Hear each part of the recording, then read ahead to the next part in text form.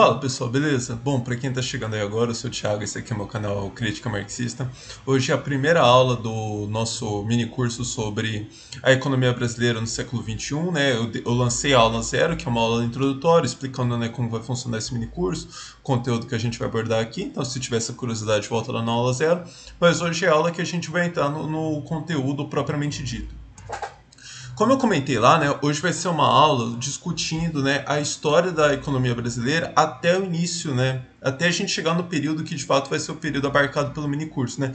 Então hoje é uma aula até que pode ser que ela fique um pouquinho maior, porque não é tanto conteúdo assim. Eu tentei aqui trazer só o que vai ser muito importante para a gente discutir a economia brasileira no século XXI.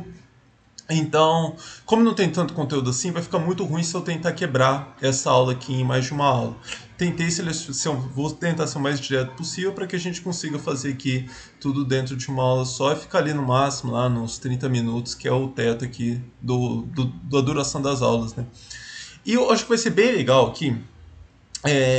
Eu vou falar especificamente, né, da economia brasileira. Eu vou comparar um pouquinho só com o que está acontecendo na economia mundial. Mas se quem tiver um conhecimento, vai pensando assim, nossa, olha, o que estava acontecendo na Alemanha? O que estava acontecendo na China? Pensa na China. A China não é a China como um país que está encaminhando em direção ao socialismo. Não pensa dessa forma. Pensa o seguinte, a China como um player mundial aí nessa corrida capitalista. Veja como que é a história brasileira e o que acontece com a China. Isso aqui depois, em outra oportunidade, eu vou fazer essa comparação aqui num vídeo aqui no canal, fazendo essa comparação. Bom, aquela história, né, de que o capitalismo brasileiro, né, é o capitalismo de um capital atrófico, né, que é uma expressão do Chazin, né, José Chazin, que vai ser um autor bastante importante, principalmente nesse primeiro vídeo aqui, né. O Brasil ele vai conhecer o verdadeiro capitalismo, né, que é outra expressão que o Chazinho usa muito, né, de forma hipertardia. Então, capital atrófico, verdadeiro capitalismo e essa forma hipertardia aqui, né, esse momento hipertardio aqui, são três expressões do Chazinho. O que isso significa, né? Que até meados ali do século XX, a gente já vai deixar isso mais claro, a economia brasileira, o Brasil estava completamente inserido, né, num mundo que é capitalista.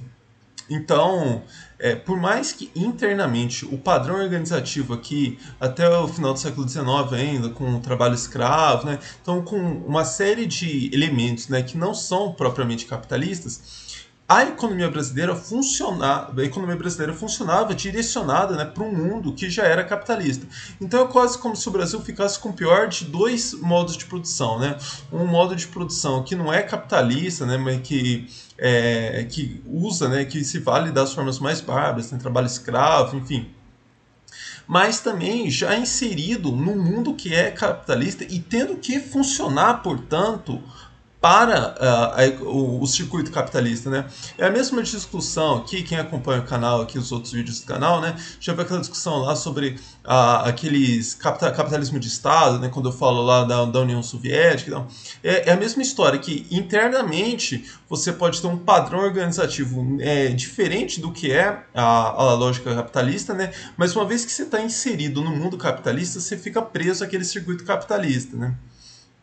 Então, mas pra gente, né, o que é importante aqui, né, que enquanto pra gente pensar, né, o século XXI depois, né, enquanto as grandes corporações, né, então essas grandes empresas, né, elas já comandavam o processo de acumulação de capital, então já tinha grandes empresas norte-americanas, inglesas, alemãs, a economia brasileira ainda não havia passado por esse longo processo de centralização de capitais. E veja, isso aqui para a corrida capitalista é fundamental. Você ter um processo de acumulação e centralização de capitais, né, players específicos, né, acumulando muitos recursos, né, que é isso que vai dar condição de que esse player, né, consiga competir nesse mercado mundializado, né. O capitalismo, isso aqui é um negócio que tem que ficar muito claro, né? O capitalismo ele tem um movimento em direção à globalização, né? A uma competição global. Então esse é muito limitado as possibilidades de uma economia prosperar somente se fechando ali no seu mercado interno. Você vai ver que não há muitos casos na história, ou se há algum caso na história de que uma economia tenha conseguido prosperar se fechando ali dentro dela mesma, e com as empresas conseguindo prosperar, mesmo ali sem esse processo de acumulação e centralização de capitais. É aquela ideia dos liberais ali, né, de que não, cada um vai empreender, cada um faz um pequeno negócio e a economia vai funcionar. Isso aqui é no mundo das ideias. No capitalismo real, toda essa corrida capitalista que a gente vê, que a gente viu, né, é para acumular, centralizar capital e, portanto, conseguir espaço, né, nesse mercado mundializado. O Brasil, ele parte, então, nessa corrida de forma hiper tardia. A gente vai voltar a isso na sequência. Mas o que acontece, então, na primeira metade do século XX? A primeira metade do século XX é quando o Brasil, de fato, larga nessa corrida, né, quando ele entra nessa corrida. Isso acontece, vou deixar aqui lá nas referências bibliográficas, né, tem um texto do Mello que é muito bom, né? Ele mostra, né, como que essa atividade industrial no Brasil, né, então o verdadeiro capitalismo, eu coloquei ali só a expressão do Chazin, não comentei sobre ela, é esse capitalismo que tem, né, matrizado no capital produtivo, principalmente na indústria. Então, porque o capitalismo é isso, é quando um dos elementos centrais, né, da lógica capitalista é o capital produtivo, né? É um modo de produção que tem no capital produtivo. O capital produtivo ele é central sempre, né? Porque tem aquele outro vídeo aqui do outro minicurso do canal lá sobre trabalho e riqueza, né? Que eu explico, né? Por que a produção ela é central. Mas há outros modos de produção, né, em que você conseguia funcionar com a produção vindo de outros pontos do globo, né? Então você tinha um modo de produção ali, um modo de organização da sociedade que conseguia, né, puxar, se valer, né, desses outros pontos do globo que produziam a riqueza, né? O próprio Brasil colonial, imagina, o Brasil colonial que ele está produzindo cana. Outros países do globo podem criar uma organização social sem ter que pensar em produzir cana, uma vez que o Brasil está produzindo. Então você cria toda uma forma de organização social ali que parte do pressuposto de que você vai comprar aquela cana brasileira. Veja, então isso aqui em pequenas escalas funcionaram ao longo dos séculos aí, até chegar no capitalismo. No capitalismo, o modo de produção capitalista ele não pode pressupor uma produção externa de riqueza. A produção está ali como um elemento central do próprio modo de produção capitalista. Então, o capital produtivo ele é central no modo de produção capitalista. É onde que é produzido o valor, o mais valor. Isso aí a gente vai ver nos outros minicursos aqui do canal. Então, a economia brasileira ela só vai chegar, né, conseguir iniciar o desenvolvimento dessas forças verdadeiramente capitalistas, né, em meados do século XX. Até então, ali, ela ficava limitada ali ao capital agropecuário, que é um capital produtivo, né, mas é um capital produtivo que ainda não se vale, né, das forças verdadeiramente capitalistas. Isso é tecnologia, maquinaria, toda aquela, principalmente a indústria da transformação. Eu também vou comentar sobre ela na sequência. Então é também na primeira metade do século XX, com todo esse processo de formação, começam as primeiras fabriquetas, né, começa a se constituir um mercado de consumidor brasileiro, né, com trabalhadores urbanos. E aí é nesse momento que, assim, o Brasil começa a ganhar uma cara, internamente, começa a ganhar essa cara capitalista. Até então, como eu falei, tinha fins capitalistas, né, porque estava inserido no mundo capitalista, mas internamente o modo de organização era bastante confuso, né, era um negócio bastante diferente do que é o modo de organização capitalista. Então, como eu comentei, o Brasil vai largar muito tardiamente nessa corrida capitalista. Isso vai significar, né, que o Brasil já encontra um mercado mundial meio que definido, já tem grandes empresas, né, e os países mesmo, os gestores políticos, né, dos países, né, que dão origem, né, para essas empresas, também ajudando, auxiliando essas empresas a conseguir se garantir no mercado mundial, né? Então, a Primeira e Segunda Guerra Mundial, ela não dá para entender a Primeira e Segunda Guerra Mundial sem entender essa disputa aí pelo mercado mundial, né? Também isso vai significar para a gente um ponto que é muito central, né?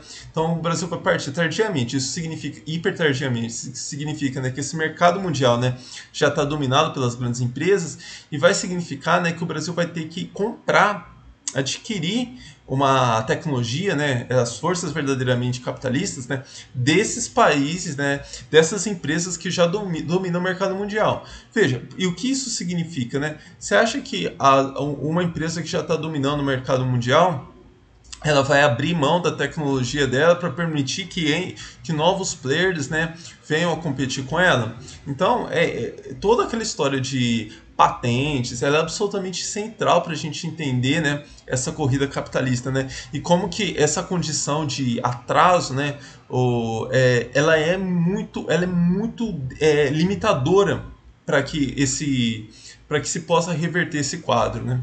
Então aqui tem uma passagem do Albuquerque. Esse livro também vai estar aqui nas referências, né? E é um livro muito interessante para a gente entender, né, esse processo, né?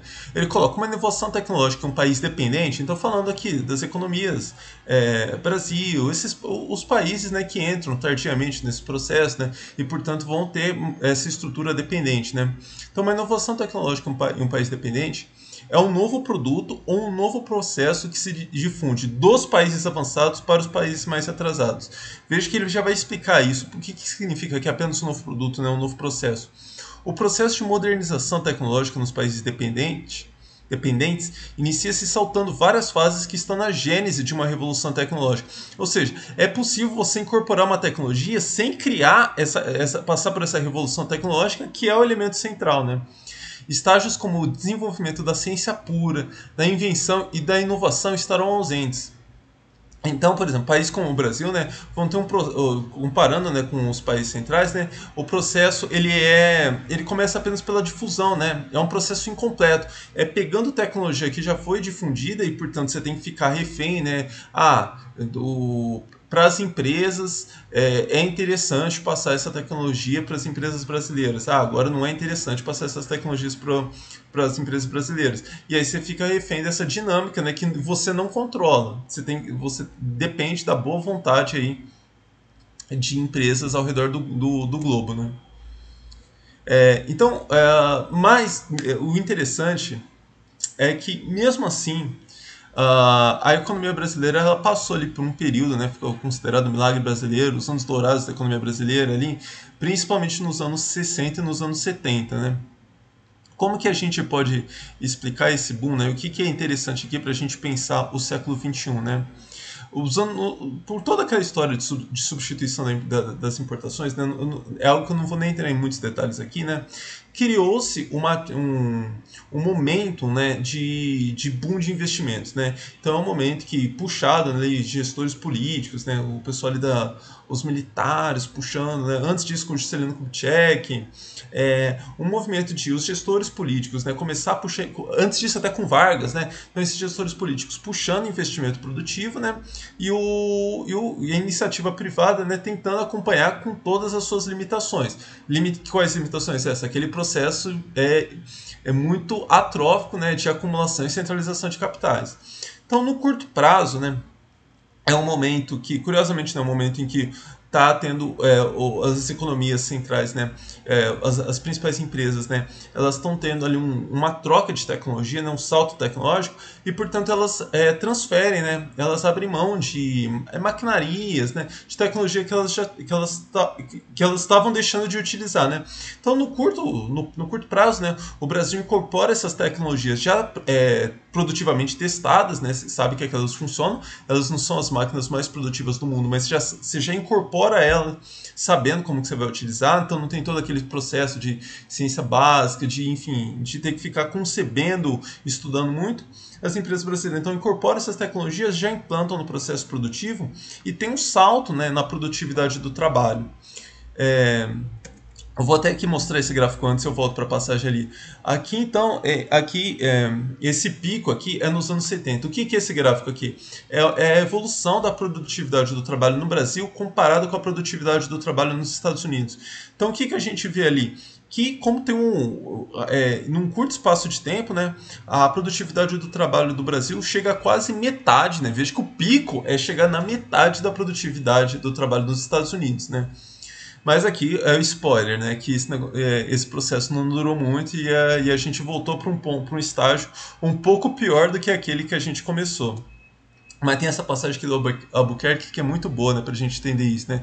Ele coloca o seguinte: os países dependentes conhecerão uma relação com o patamar tecnológico internacional caracterizado por um momento de aproximação e afastamento. Nos momentos de revolução tecnológica nos países líderes, o afastamento é inevitável, imposto pelo avanço no patamar dos países centrais. Ou seja, um ponto aqui que é muito interessante, né, é de que toda essa dinâmica fica refém daquilo que está acontecendo nos países centrais. Então, essas economias dependentes, a economia brasileira, ela nunca foi protagonista, ela sempre foi dependente daquilo que acontecia externamente, seja para ter um movimento expansivo, uma melhora na sua condição, seja para ter uma piora. Então, mas quais são as ressalvas, né, nesses anos dourados, né, no milagre brasileiro, né? É um movimento de substituição de importações. O que isso significa aqui para os nossos fins, né? É aquilo que eu falei. O interessante para você disparar nessa corrida capitalista é você não ficar refém do seu mercado interno, é você conseguir grandes mercados, né, nessa trama do capitalismo mundial. Substituição das importações é um movimento ali para você se defender, é um movimento defensivo. Você está tentando garantir o seu mercado interno, né? Você está tentando a situação mais básica, né? Você garantir um próprio mercado dentro do seu país, né? Então, não dá para a gente pensar que esse movimento de substituição das importações está lançando as empresas brasileiras a uma condição de player mundial aí, de disputar, né, mercados internacionais, né? E esse salto também tecnológico, né, ficou restrito a setores tecnologicamente menos importantes. Então o Brasil não rompeu, né, com essa situação de ficar dependente de trazer tecnologia lá de fora, né? As empresas brasileiras que tiveram esse salto da produtividade do trabalho, né, não são empresas, né, de ramos, né, de tecnologia avançada, né, que vão garantir uma certa independência do mercado da economia brasileira, né, da incorporação de tecnologia das economias centrais, né. Pensa, não é o caso aqui, mas vamos trazer isso para os dias atuais, né, para a gente pensar aqui o que seria, né, tecnologias assim importantes, né, para você criar essa independência. A questão do 5 e 6G. Tem a China semana passada, lançou já satélite 6G. Isso aqui é uma tecnologia libertada, um ramo de alta tecnologia, questão de impressoras 3D, enfim, a gente está falando, hoje a gente estaria falando desse tipo de tecnologia, né? E, obviamente que no livro do Albuquerque ele conta um pouco quais são essas principais tecnologias lá nos anos 70, nos anos 80, nos anos 90, né? E como nada disso aconteceu, né, na economia brasileira, né, logo nas décadas seguintes a economia brasileira vai estacionar completamente, como acontece com a economia mundial. A gente viu lá todo aquele conceito de longa depressão, está na última aula do minicurso, né, sobre as crises econômicas. Só que a situação em que o Brasil estaciona é uma situação muito mais regredida do que a situação em que os Estados Unidos estacionam, a economia norte-americana estaciona, a economia alemã estaciona, a economia japonesa estaciona. Então, a estagnação dos anos 80 e 90 no Brasil, né, ela vai atingir em cheio os setores, né, que mais incorporaram os avanços tecnológicos. Então, por mais que o Brasil ainda não tenha desenvolvido, né, empresas de alta tecnologia, mesmo aquilo que era mais alta tecnologia, as empresas que eram de mais alta tecnologia no Brasil, começam a ter a perder espaço. Então começa a diminuir investimento, começa a fechar, começa a ficar. Essas empresas, né, que vinham numa trajetória expansiva entram numa trajetória declinante, né? Não é nem de estagnação, né? A retração do investimento nesses setores vai prejudicar, inclusive, né, como eu falei, vai prejudicar toda a economia brasileira, porque é muito mais fácil para uma empresa brasileira, na prática, o que significa? É muito mais fácil para uma empresa brasileira comprar maquinaria, comprar tecnologia de uma outra empresa brasileira do que de uma empresa internacional. Não que as empresas lá fora, elas... imagina, você é uma empresa, né, que produz impressoras 3D, trazendo de novo para a realidade atual. Você não fica controlando, né, se você quer vender, o seu negócio é vender. Só que quando a gente olha para o processo produtivo, não é simplesmente uma questão, eu vou comprar uma impressora 3D e vou sair produzindo, né? Tem toda uma questão de know-how para saber como que você vai incorporar aquela tecnologia no seu processo produtivo. Tem ciência para isso, né? De estudar como que o sistema de maquinarias, né? De como que vai ser todo aquele processo produtivo, né? E isso aí, você só consegue essas informações ali quando você tem uma cultura ali, quando você tem outras empresas ali próximas de você nessa mesma situação. Na administração tem um monte de nomes para isso. Benchmark é o nome mais consagrado, né? Enfim, você copiar seus concorrentes, você saber o que o pessoal está fazendo. Toda essa realidade sempre ficou muito distante das empresas brasileiras, né? Então não tem essa troca de informação. Não é simplesmente uma questão de você conseguir comprar a maquinaria, era uma questão de saber até como usar aquela maquinaria, de como incorporar aquilo lá no seu processo produtivo. Então, voltando aqui, né, durante a década de 1990, ocorreu uma reconfiguração da estrutura econômica no Brasil em direção à sua reprimarização. Então, reprimarização, o que significa isso? Voltar para a vocação agrícola aqui, voltar até os anos 30, né, o carro-chefe era o café. Hoje que a gente vê a soja, então aparecendo outros movimentos, né, a pecuária, né, essas atividades, né, voltando a ser o carro-chefe da economia brasileira, né. A indústria da transformação, de novo, a indústria da transformação é aquela indústria, né, que transforma, não é uma indústria meramente extrativista, uma indústria para recolher elementos, produzir coisas ali diretamente da natureza. A ideia ali é você transformar uma matéria-prima num produto que pode, inclusive, passar para uma outra empresa que vai transformar aquele produto numa mercadoria ainda qualitativamente mais complexa, né? Então, a indústria da transformação, ela transforma, né? Ela pega insumos e transforma eles em coisas qualitativamente mais complexas, né? Então, elas são indústrias que dependem de mais, incorporam mais tecnologia, né? Então, a indústria da transformação perdeu metade de sua participação no PIB brasileiro, de 30% para 35%, né? É o nível que ela chegou ali, naquele pico ali, entre os anos 70 e os anos 80, e esse nível cai para 16 a 18 desde 1995. Hoje, acho que está... eu vou trazer esses números ao longo do minicurso, né? Essa situação só piora. Em outras palavras, esse setor cresceu em média 8,32% durante as décadas de substituição de importação, mas apenas 1,32% entre 1980 e 2008. Ou seja, então, por que no início eu falei para ir pensar o que estava acontecendo na Alemanha, mas principalmente na China? Enquanto que a China conseguiu ali esse processo de tornar protagonista, né, de conseguir romper com toda essa dependência do que acontecia nos países centrais, né, a economia brasileira, todo o avanço dela foi dependente do que acontecia lá fora, e todo essa trajetória declinante aqui vai acontecer sem os gestores políticos, os gestores econômicos aqui apresentar uma grande resistência a isso. Isso a gente vai ver em detalhes aqui nas próximas aulas. Agora, então, aqui, o que eu falei, né, lá no final do minicurso, né, de que toda essa estagnação da economia mundial, né, ela é resultado, né, dessa queda da taxa de lucro.